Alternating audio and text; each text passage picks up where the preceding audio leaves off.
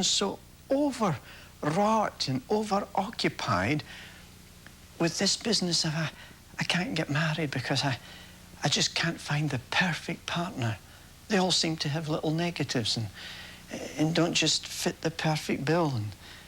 And then there are those that disqualify themselves from even taking what they think to be a perfect partner because, well, I'm so imperfect. And, well, unless we get this perfection bit done and we end up being the most unified partnership with the right man and the right woman that will just walk into the community and be just perfect as a good example of what Christ can bring together, then God won't even look at us.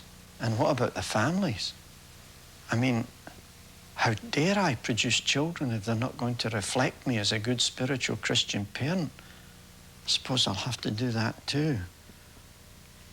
And you can search all these books, all these versions of Scripture, and you're not going to find a theology like that. Do you know what I find when I turn to this book here?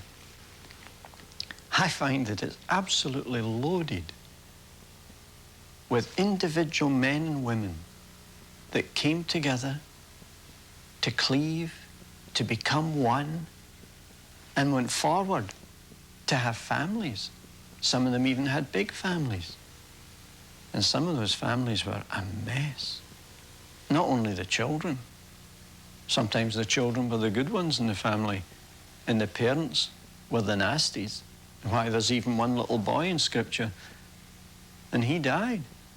And God said to the mother before he died that as quick as your footstep steps inside that door, that baby's going to die. But for all this, I want you to know the only good I found in your family is the little baby boy that's coming to heaven, because the rest of you are going to come under my judgment.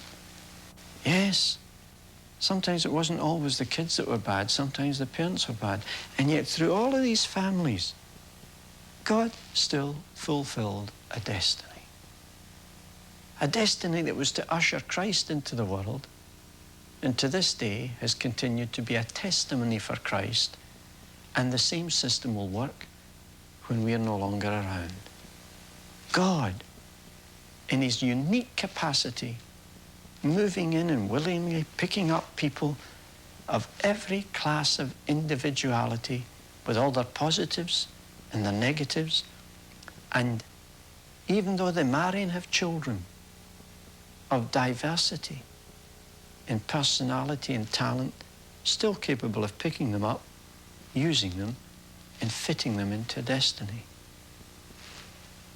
Let's take a look at some of those in the Old Testament. You know, I'm thoroughly convinced that if there is anyone with any intelligence whatsoever would pick up the Bible today and read Genesis chapter 24 and just view that simple story of Abraham's servant looking for just the right partner, the right woman, to be a wife for his son Isaac, that they've got to conclude by the end of that chapter, this was God's will. There were so many evidences in the chapter to indicate that